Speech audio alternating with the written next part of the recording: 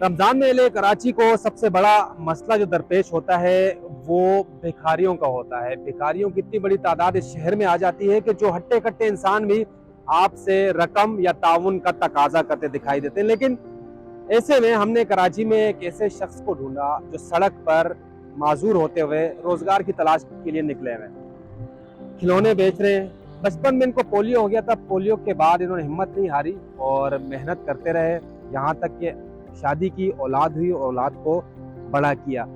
कितनी तगोदो की अपनी जिंदगी के लिए इन्होंने, आइए इन्हीं से दरियाफ्त करते हैं। मैं आर्मी 602 वर्क साहब जेटलैंड से आता हूँ। असल में ना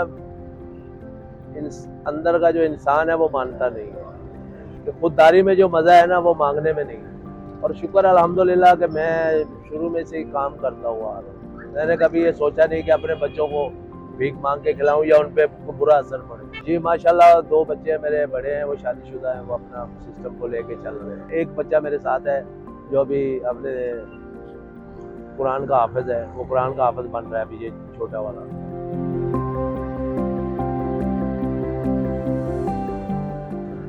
मैं रक्षा ड्राइवर भी हूँ, रक्षा भी चला लेता हूँ, लेकिन अभी मेरे पास रक्षा नहीं है। मैंने फ्रूट का काम किया है, टिशू का काम किया है, खिलौने बेचे हैं, मतलब कि लाइटों का सामान बनाया है खुद, मतलब जल बुझ करने वाली जो बच्चों के लिए, मतलब बहुत से काम किए हैं बच्चों को पालने के लिए। बस शुक्र अल्हम्दुलिल्लाह जो ऊपर बैठा है वो सबको देख रहा है। जी बिल्कुल, मैं इधर ही इफ्तार करता हूँ, लेकिन यह है कि इधर सब ये दोस्त सब जानने वाले हैं, दुकान वाले। कभी इनके साथ बैठ जाता हूँ, कभी मतलब कैसे अपना गुजार टाइम पास हो जाता है।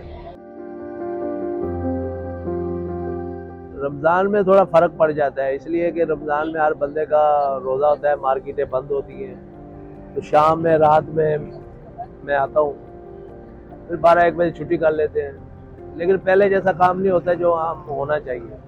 कभी बोल्डर मार्केट चला जाता हूँ, कभी सदर में, गौरी बाज़ार से।